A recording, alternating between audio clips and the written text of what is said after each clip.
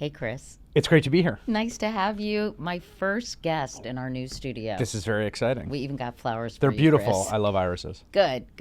Well, welcome. And I'm really excited to talk to you about this new book you've written called The Sirens Call. We'll talk about the title in a minute. But how did a book about attention get your attention? I think the first place to start is my work life, which is hosting a television show, which I've been doing for over a decade, and the many hours I put into doing that. And I think this is something that you can very much relate to, that a lot of what that work is thinking about the audience's attention. What will grab it, what will hold it. You get feedback all the time about whether you're doing a good or bad job. There were some years there in the beginning where I got some pretty bad feedback. Really? What was the meanest thing that was said about you or to you? Oh, well, that, I mean, people said mean things, but there were periods that the show was not rating particularly well. And that just kind of, everyone knows that when that's happening. You know it. It's like getting a grade that you're wearing on your forehead all day. And in the craft of being a TV host, I've had to think a lot about what does get people's attention? Like how do I solve for this problem? And I think the craft of that led me to start thinking very seriously about how important attention was. I mean, one of the things that strikes me is certain kind of deaths get more attention than others. If they're particularly spectacular or gruesome, they might attract attention, and that might lead to all kinds of political and policy changes, whereas those that might be less visible don't attract that same level of effort or policy discussion. And so as I was thinking about this, it came to be clear to me that attention was this very powerful resource. And then there was also the part of me that is a creature of the internet, an extremely online person since I've been 12 or 13 or 14 years old, who spends a lot of time online.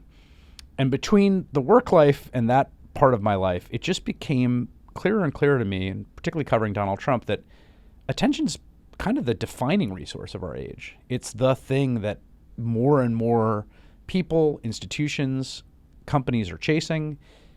When you have it in the aggregate, you have a very valuable thing. There's a sense in which it's being taken from us often, and that doesn't feel good. And that started me on the path of writing the book.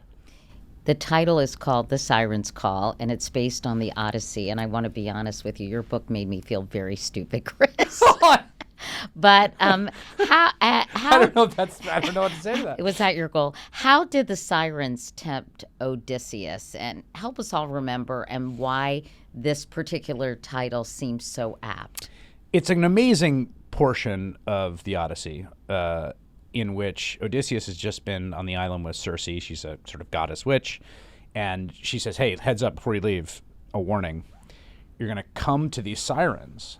And they're very dangerous. They will warble you to death. And right. You'll they're never. Women, right? They're women. They're not like ambulances. Exactly. They're women who sing this song that is so irresistible it will pull a ship to the rocks and you'll crash and you'll die. And she says you'll never see home again if you listen to them. But she gives him a plan to sort of have his cake and eat it too, because she knows, and this is never said explicitly, he wants to hear them.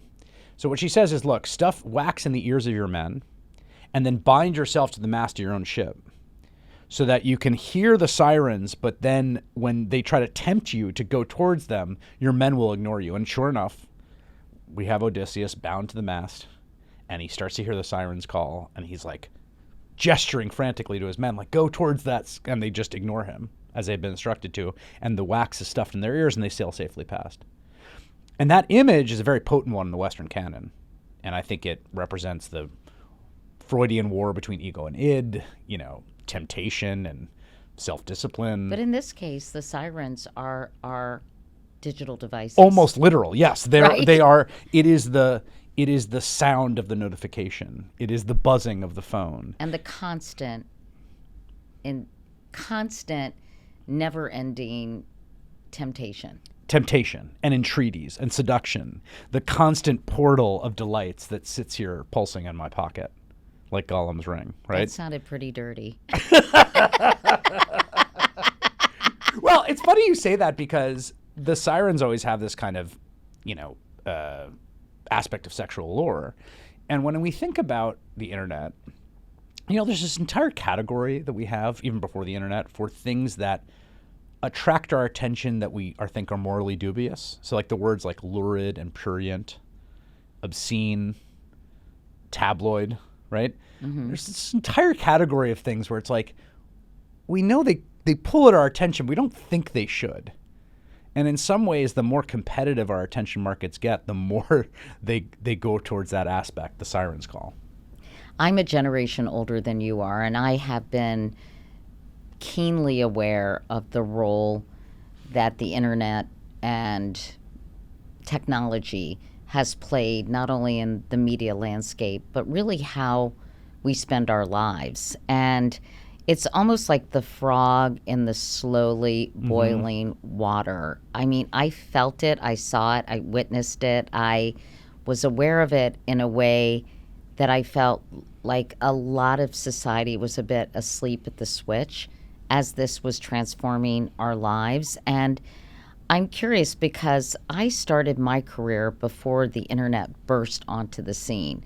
And you're a generation younger, and I'm curious how you have seen our digital world impact your career. Well, in terms of my career, I mean, the most obvious part of it is simply that the sheer amount of things to watch has expanded almost infinitely. I mean, when I started my primetime show in 2013, I remember we had the show creator for House of Cards on the show, Beau Willimon, and at the time, the conceit of the segment was Netflix is gonna make its own show.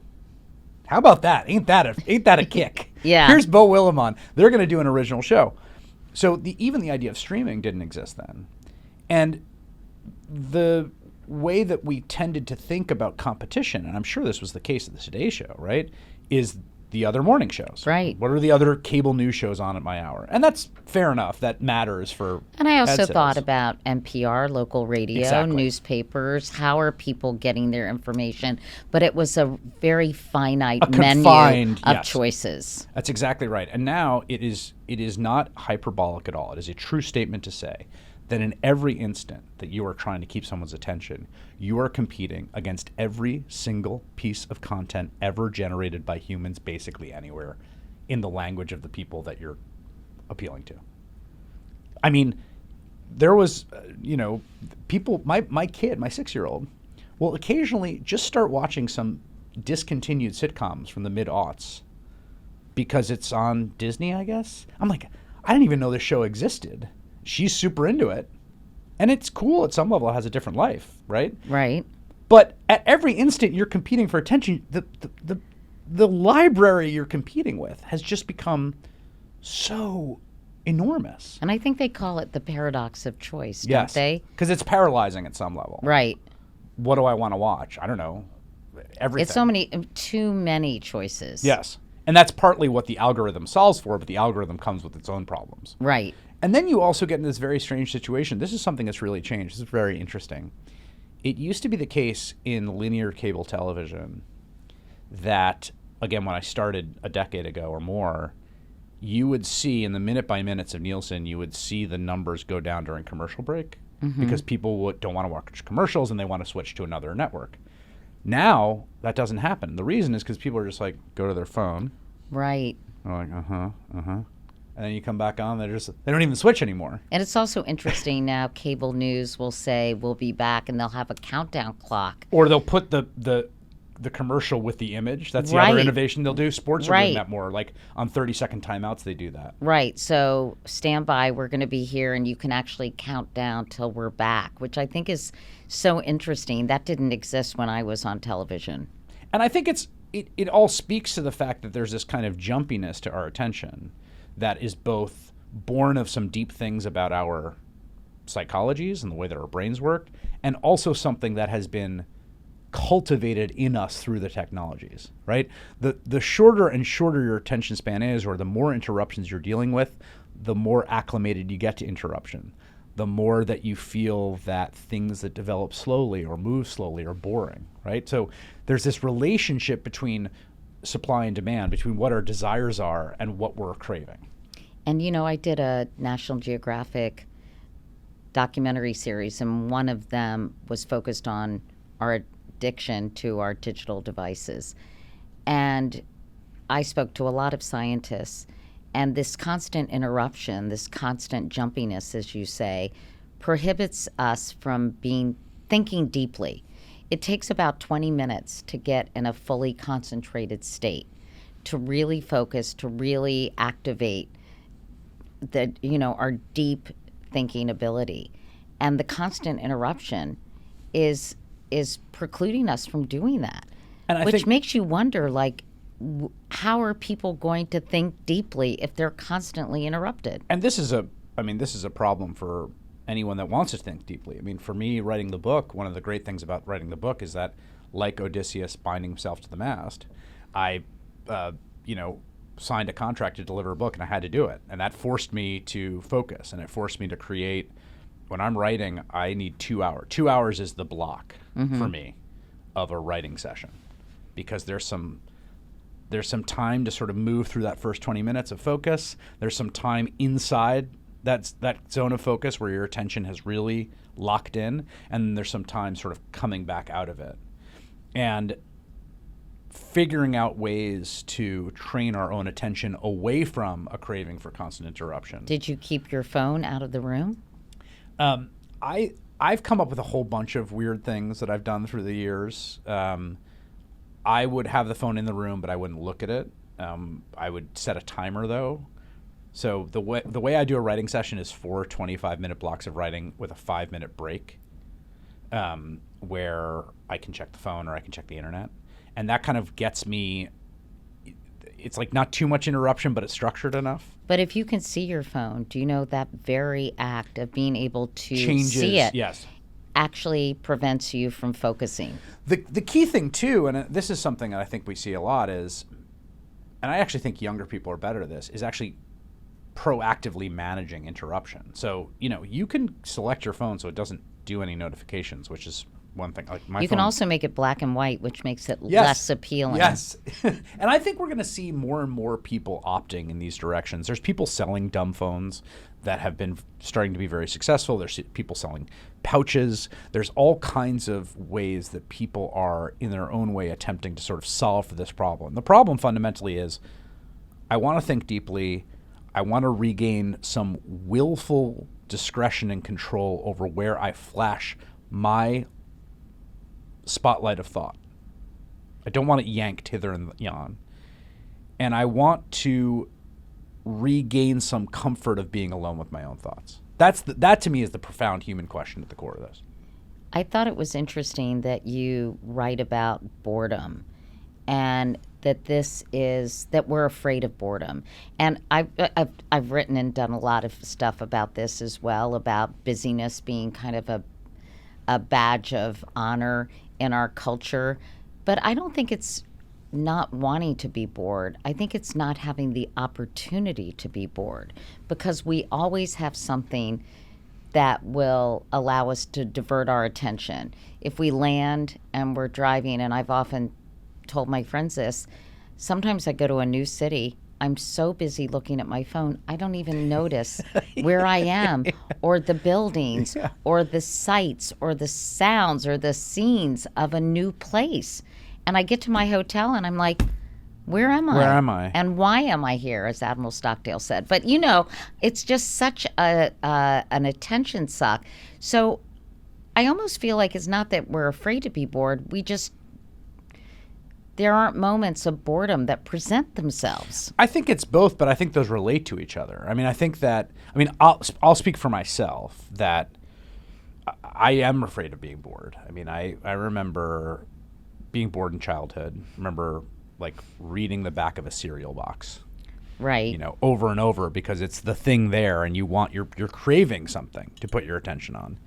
And I think part of the reason we associate boredom with childhood is because we didn't have phones. We didn't have phones, but the other thing is, as soon as you get old enough, you just cut it out of your life. I remember telling my mom, I'm bored in the summer, and she said, read a book. Yeah. I mean, kids complaining about boredom. I mean, the the thing that I've caught myself doing, which is very funny, is your kid comes up to you and they're like, I'm bored. And you say, I don't know what to tell you, man. Like, can I have screen time? No? Go read a book, something else. And then as soon as you say that, you go back to your phone. Right. You're like, you got to figure it out. It's like, true. And it's like, oh, what am I doing here? And sometimes they'll call you out on it, right? So I think that, that feeling if you go into a coffee shop, you left your phone in the car, and you start, like you have the instinct that you're like, I got to sit with my thoughts for 4 minutes. I think that the less that we have that, the scarier it seems to be without it.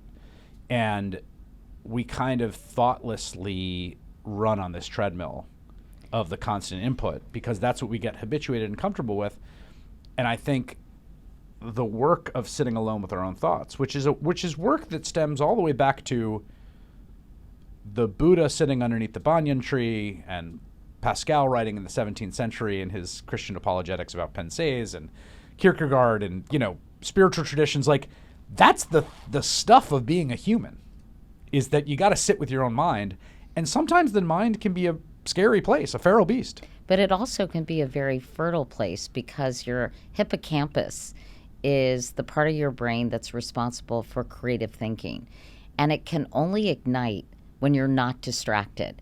And that's why you have so many good ideas or these epiphanies in the shower. The shower, yes. And so that's an argument for daydreaming, for just thinking, Yes. for not having constantly, all these things around you to distract you. So, along with this idea of deep concentration, it does make you think how much of our creative selves, our deep thinking selves, are being sacrificed in our current culture. I think there's an enormous loss of that creative impulse because that time is so often interrupted. And one of the things I've said to people, to the extent there's some like, what do I do takeaway?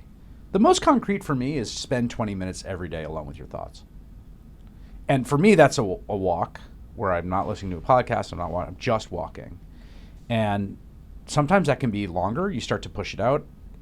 I'll do an hour, walk the loop of the park with my dog. And it is amazing how pleasurable that state is when you get into it, of daydreaming, of letting your thoughts kind of wander, of letting creative thoughts bubble up, and how rare it has become to have it. And therapeutic it is, I think, for your overall health. I think it was Jennifer Aniston, I can't remember, a great philosopher named Jennifer Aniston said you shouldn't have your phone, and I have found this to be the case for me. It is also an enormous time suck. I can spend an extra hour in bed reading stuff. Now it's worthwhile stuff. It's articles from very, respected publications, or the Atlantic or the New Yorker or the Times, or a whole host of really smart people writing great things. And I feel enriched. But if I didn't have that phone, I wouldn't grab it and spend sometimes an hour and a half reading. So you have to kind of figure out how you're going to spend your time. Well, and think about the imperatives on the other side of this, right? So if like the people that want to capture your attention, which is a wide array of entities, and particularly the platforms that are some of the most powerful and profitable companies in America, right? At a certain point, they have to start, like, you need growth. And for a while, when, for instance, the smartphone was introduced, there was this growth. Every year, more and more people got it, but then it levels off. And then you look to international markets, and that levels off too. And then at a certain point, well, you need to find more growth. And what is it? Well, there's a fixed amount of people with a fixed amount of waking hours. Well, you can start to eat into sleep. Well, there's a fixed amount of adults with a fixed amount of waking hours. Well, you can start going for children. You can only watch one thing at a time. Well, maybe get people to start watching 2 or 3 things at a time, right? So there's all these places that the growth imperative starts to push against these limits, like sleeping. In fact, a really upsetting thing that has happened to me, and I doubt this has ever happened to you. I don't know if you're have ever had a TikTok habit. Instagram reels, cooking videos. That's my vice. Okay, that's your vice. TikTok has something in the algorithm where if you look too long at it, a person pops up to be like, hey, buddy, like you kind of been looking for a long time, maybe take a break. It's like your Really? drug dealer cutting you off. It's super upsetting. No, that's awesome that they do that. It is because something- it works against their business model. Yes, and I wonder the origin of this person who comes in, but when hitting that point on a TikTok Jag is an upsetting moment. It's like 1:30 in the morning, and you're like, the device is telling you to log off. You must be full of shame when that The happens. Chinese government is like, buddy, your brain is cooked. Please put it down. I'm curious, when you said your show wasn't doing well, it made you think about how to capture people's attention.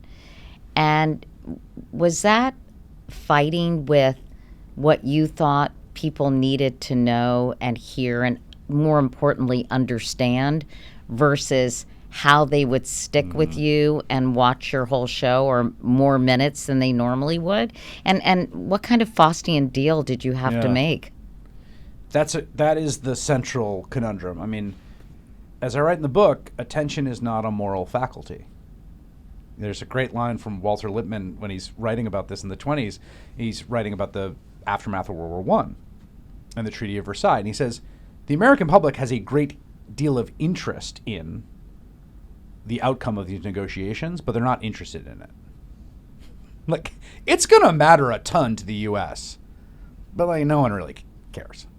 And this is the central conundrum of being a journalist, I think, in this environment, in any environment, honestly, but in this one particularly. It's like on steroids now. It's this balance. You know, you have these twin imperatives. I have to keep people's attention and hold it, and I have to deliver information and a set of stories about the world that are true and I think important and urgent to the project of self-governance. Sometimes those are in competition. Sometimes they line up, you know. The California wildfires are a great example where they both compel your attention, the visuals and the drama, the tragedy, and also it's a really important story. So sometimes you get them both, right? Sadly. Sadly.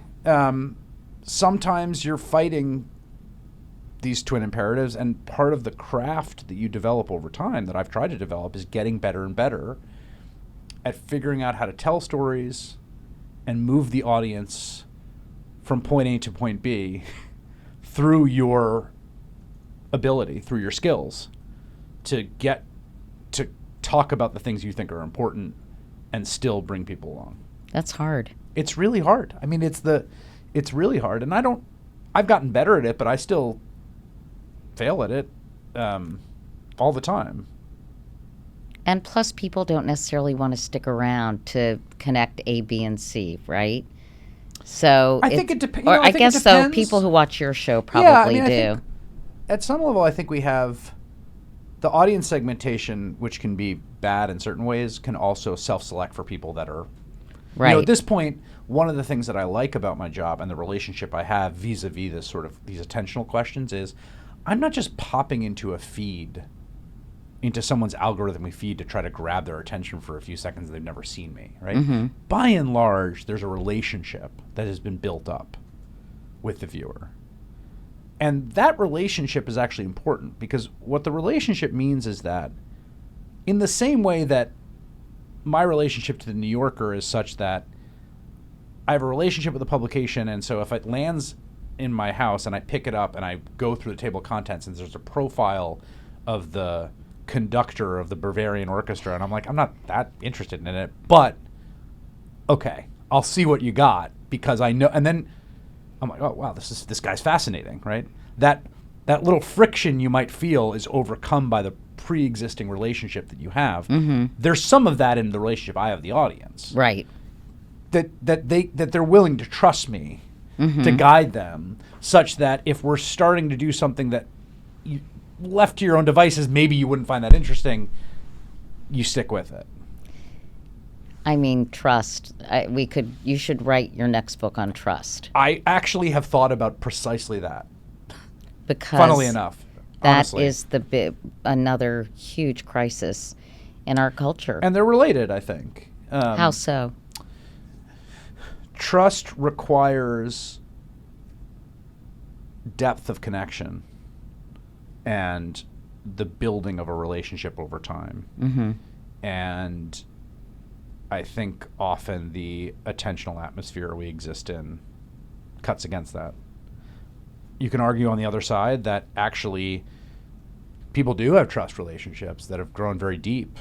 There are people that trust Alex Jones to tell them the truth. And there are people that, don't trust me. Right. But I think one of the central elements in our current condition is just that we're becoming a more and more low trust society. And it's very hard to run a low trust democracy. What are we going to do? I don't know, dude. I mean, I've never been called dude. I like it.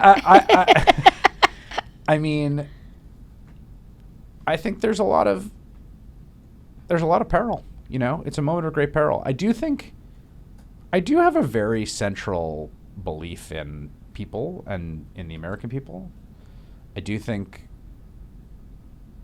collective publics can manifest both really awful tendencies and truly noble ones. I think some of the stuff you've seen in Los Angeles in the aftermath of wildfires is completely incredible.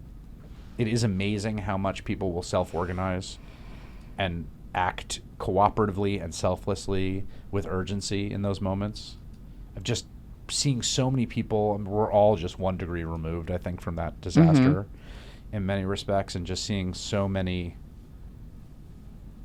beautiful stories of mutual aid, cooperation. And I do think our politics and our media environments and our cultures can cultivate different impulses collectively in us. Mm-hmm.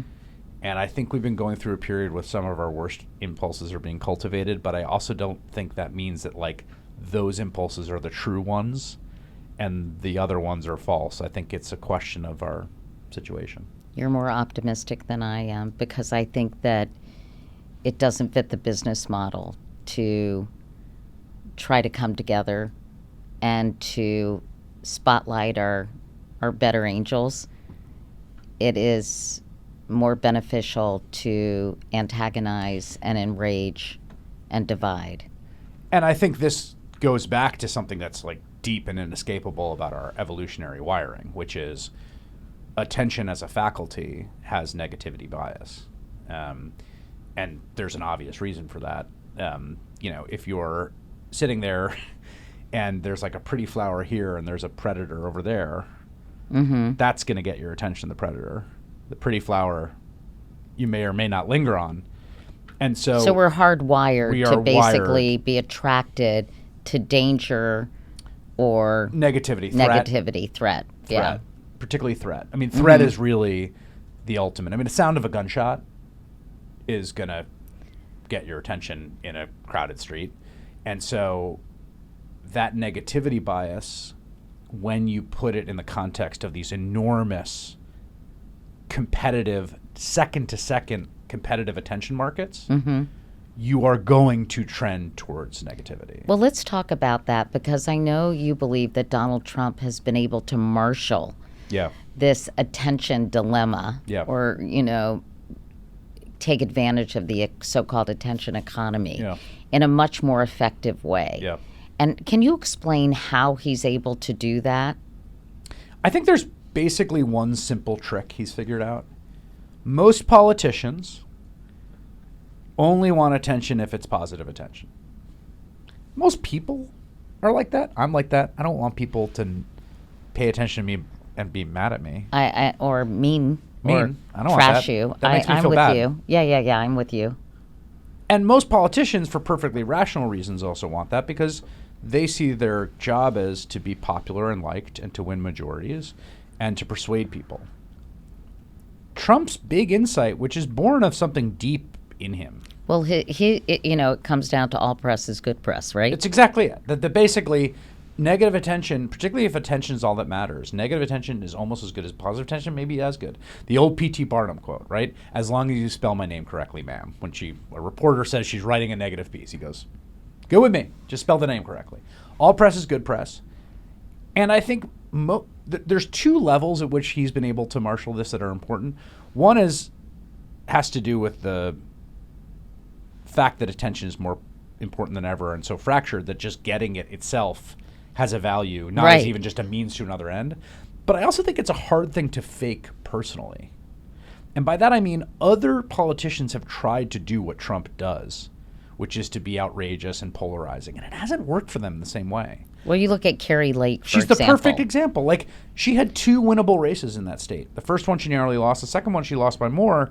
She has tried to do it. She's also, like, a former broadcaster. She's got certain talents. TV news anchor in Arizona who ran for office twice, lost, and now she's headed the Voice of America. Yes. But she's been rewarded for her But movement. you're right. But why couldn't she do the same thing? Is he a singularly talented individual in being able to do what he does? Do you see anyone who comes close? The only one now is Elon Musk, who I think is doing the same thing. And I think the reason that Elon Musk is doing it is similar to Trump. It's not that he's bought the platform and he's the world's wealthiest man, although that helps. It's just at some deep psychological level, their relationship to negative attention is different than yours or mine. Yeah. Yeah, it's different than yours or mine. And I just think it's not fakeable. You know what I'm saying? Mm-hmm. I could take this book and study it. I could go run for office and try to be mayor of New York City and be like, you know what? I've learned this lesson. I'm going to be the polarizing shock jock of mayoral candidates who gets negative attention because I've written this book and it'll be my manual. It wouldn't work. I just wouldn't. At some deep level, it wouldn't work because I don't want people to be mad at me and not like me. It would bum me out too much. And I could try to force myself to fake it, but I think that like it selects for some deep psychological attributes. Right. And I think of Alex Jones. I think he's probably close to Agreed.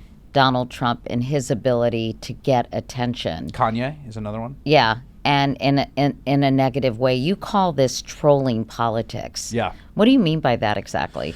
Trolling is a term that goes back to almost the earliest moments of the internet when there were message boards in the 1970s. These are mostly academics and computer scientists talking as message boards. And basically the insight of trolling is that it's easier to get negative attention than positive attention. Like if you walk into a subway car and start screaming at people, like you will get their attention. Probably not going to like you very much. And that same insight started to manifest itself on social networks and bulletin boards and where people were interacting. Certain people had a zeal for getting attention. They figured out the quickest way is just like be a kind of obnoxious jerk and people will pay attention to you, often to fight with you. And then that conflict itself draws more attention. So then you're constantly getting it. And then you're creating a dilemma for people that know you're trying to get a rise out of them, but they don't want to let it go. This form of internet behavior called trolling, which sort of goes back to trawling for fish, right? You put a lure in, you drag it, and the fish gets distracted and goes after it, has now become a huge part of our politics. So trolling politics that you see, Marjorie Taylor Greene's a great example. She's like a classic troll, right? She just constantly courts negative attention. But she's one of 435 members of Congress, and I know her name, and you know her name, and probably some of the listeners know her name more than they know hundreds of others of members of Congress who do not court that negative attention.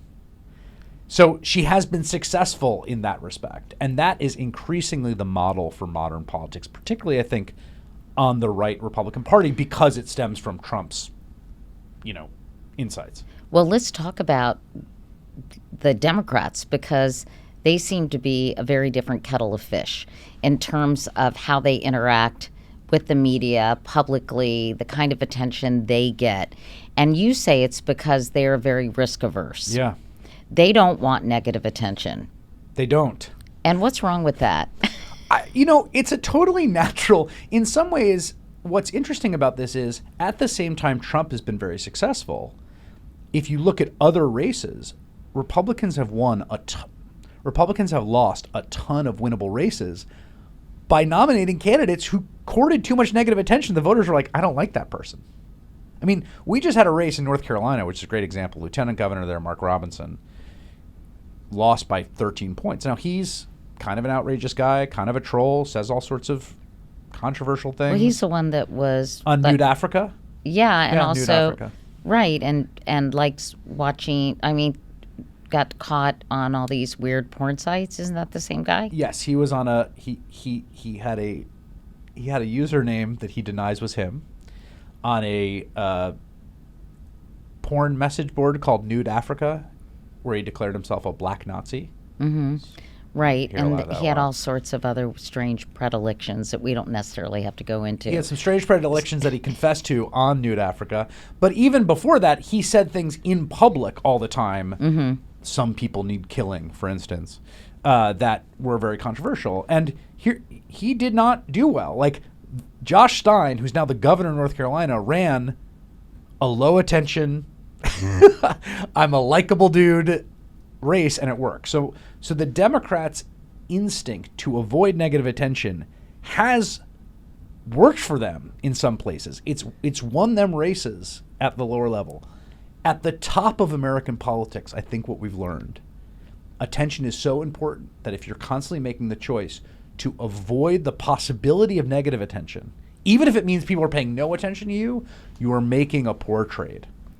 And that's something that national Democrats keep doing, and I think they are suffering for it. So what are you saying? If you had to advise them, you would say get out there more. Talk to even people. if you say something stupid, you have to get out there. But what if the stupid comment is the thing that everybody focuses on? How do you get over that? Part of the solution is to go say something the next day too. Mm-hmm. If there is a real problem, if you do fewer interviews, a gaffe, something you say is going to be magnified. If you're doing interviews all the time, J.D. Vance did interviews a ton. He said Right. a ton of stuff that attracted negative attention. It was washed out by the next day. I think politicians should write their own social media posts. I think they should go on Instagram Live. I think they should go on podcasts. I think they should talk to people. I think they should not be afraid of saying stuff. I think if you say something wrong, just say something else next, or say, "Oh, I should have phrased that wrong." I mean, I should have phrased that differently. sorry, I should have phrased that differently. But again, even that is dicey because part of the key to excelling in this area is never apologize, never look back, just keep saying stuff. But I think generally the idea of being authentic, speaking to people, and speaking a lot. Here's one thing I think is really important. I think people have gotten more forgiving about Gaffes. gaffes, partly because everyone's saying stuff publicly all the time through social media, and more people have the first person experience of saying something that you wish you could take back or didn't quite get across what you wanted to say. Right. And I think that's part of what we've seen happen, where things that used to be disqualifying, we would say, that would be an enormous scandal, don't mean anything anymore. And I think it's partly because everyone's generating content. Everyone's had the experience of like saying something someone took out of context. And so people are much more forgiving. And I think that means you should just talk more, like go communicate to people. Do you think that that is what hurt Kamala Harris, that she was there were questions about her authenticity, and she was so risk averse when it came to doing interviews for quite a while during the campaign? I think it was a contributing factor. I mean, I think the data bear out that she actually ran quite a good campaign. And it's notable to me that the gap between her and Trump was the narrowest in the swing states, which is where they were actually campaigning, and much wider in the states where they didn't campaign, which speaks to the fact that it was actually a pretty effective campaign, and she was a pretty effective candidate. Mm-hmm. The environment was pretty tough. You see this in New Jersey and New York and California, where the swings were much bigger than the swings that happened in Michigan, Pennsylvania, and Wisconsin.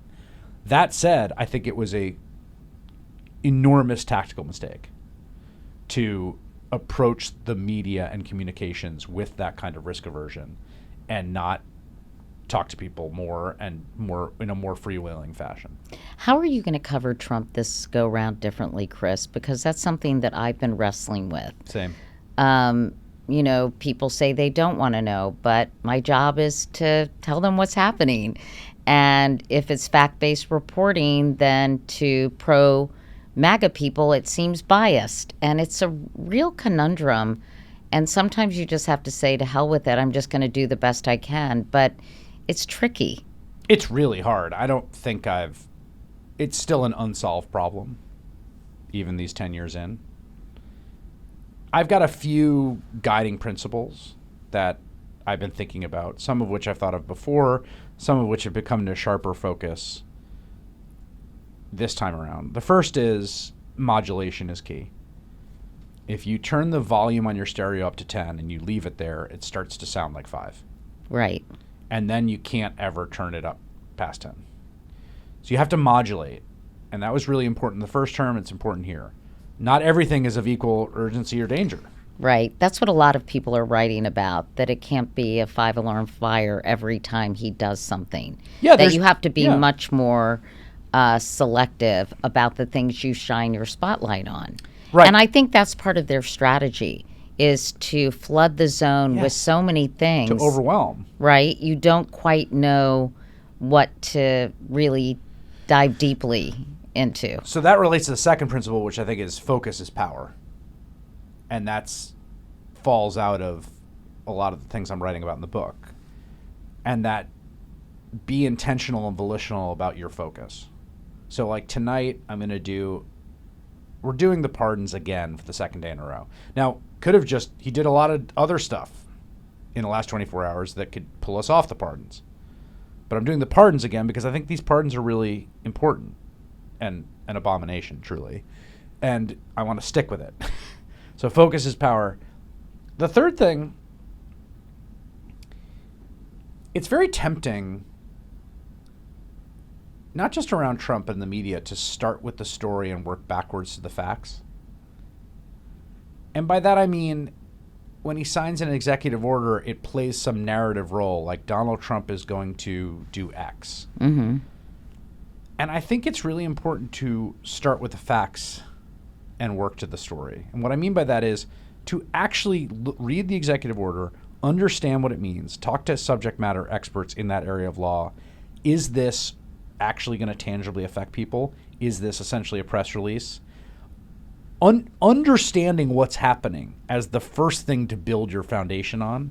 It sounds obvious, but it's because things happen so fast and because he does so much, you can get trapped in covering him because the actions play some narrative role, but you don't actually have a handle of what's being done. And that, to me, is really important. Like, always drill down on the details. Will you report on things that you think are positive? Oh, sure. I mean, can you think of anything that would fall into that category? In the first term, I can. Mm-hmm.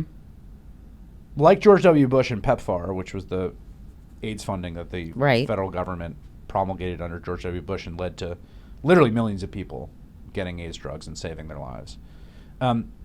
Operation Warp Speed was by far the greatest thing the Trump administration did. That was the program where they essentially guaranteed federal purchase of a COVID vaccine, thereby incentivizing rapid research and deployment, and helping get a vaccine to market in an incredibly fast period of time that saved hundreds of thousands of lives, millions of lives. Like, Operation Warp Speed was great. If he does something like Operation Warp Speed again, I'll be like, that's great. What about his condemnation of the vaccine now? It's deeply sick. One of the most dispiriting realities we find ourselves in, particularly as we're watching bird flu percolate, is that we're in a worse position to deal with the pandemic now than we were before COVID, largely due to the insidiousness with which opposition to vaccination, vaccines more broadly, vaccine skepticism has captured one of the two political coalitions. And Donald Trump has been part of that. He tried to fight it in the beginning. There's these really interesting moments in his public appearances where he'd talk about the vaccine, people would boo. Right. But in the end, he'll always choose the mob. He'll always choose the crowd. And so now he's basically positioned himself as anti-vax, even though the greatest achievement of his presidency the first time around was a vaccine development. Before we go, I want to ask you about some of these cabinet selections. You've said that Donald Trump is more interested in casting these people because they're good on television and they're good at getting attention. Yeah, and I think that's definitely true of RFK Jr. and Kash Patel. I mean, Kash Patel is being named because he's a loyalist who will, Trump hopes, and Patel basically essentially openly promises, turns the Federal Bureau of Investigations into a kind of armed political cadre for Donald Trump that goes after his political enemies. I think it's unconstitutional. It's un-American. I don't think he has anything near the abilities to manage the office, but I also think his stated intent, the man literally published an enemies list, means that he should get zero votes to be concerned. He should get 0 votes to be confirmed as the FBI director. And what about RFK Jr.? RFK Jr.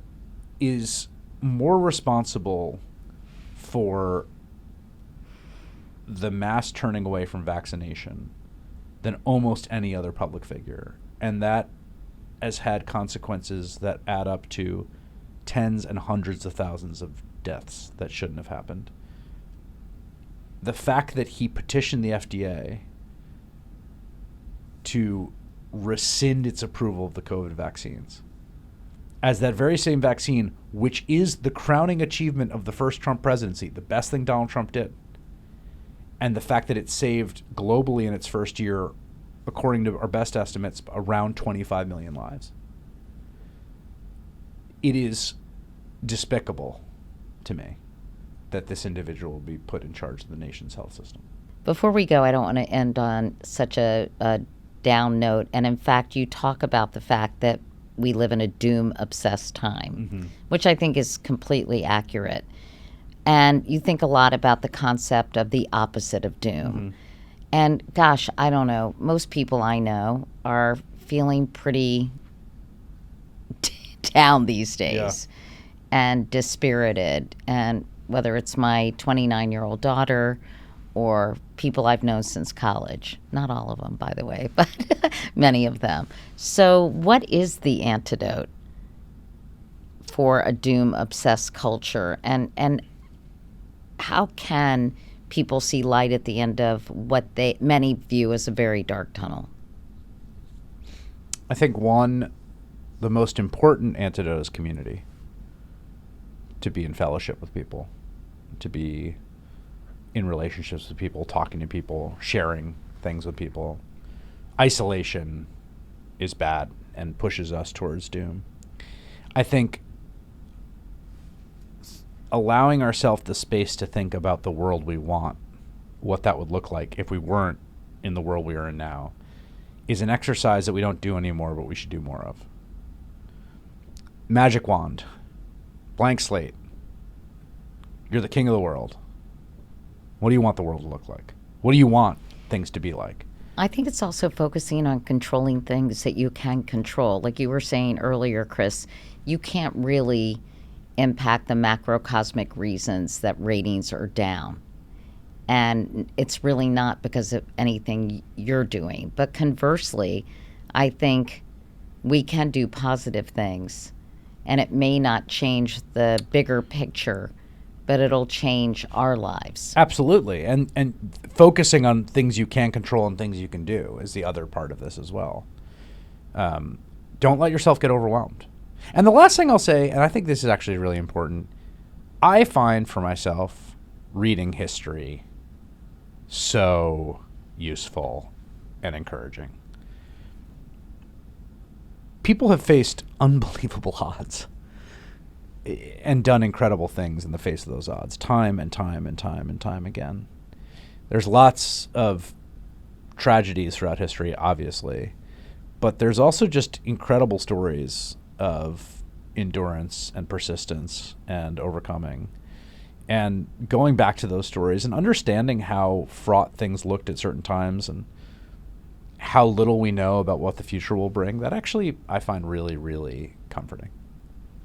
What's the most important thing you learned writing this?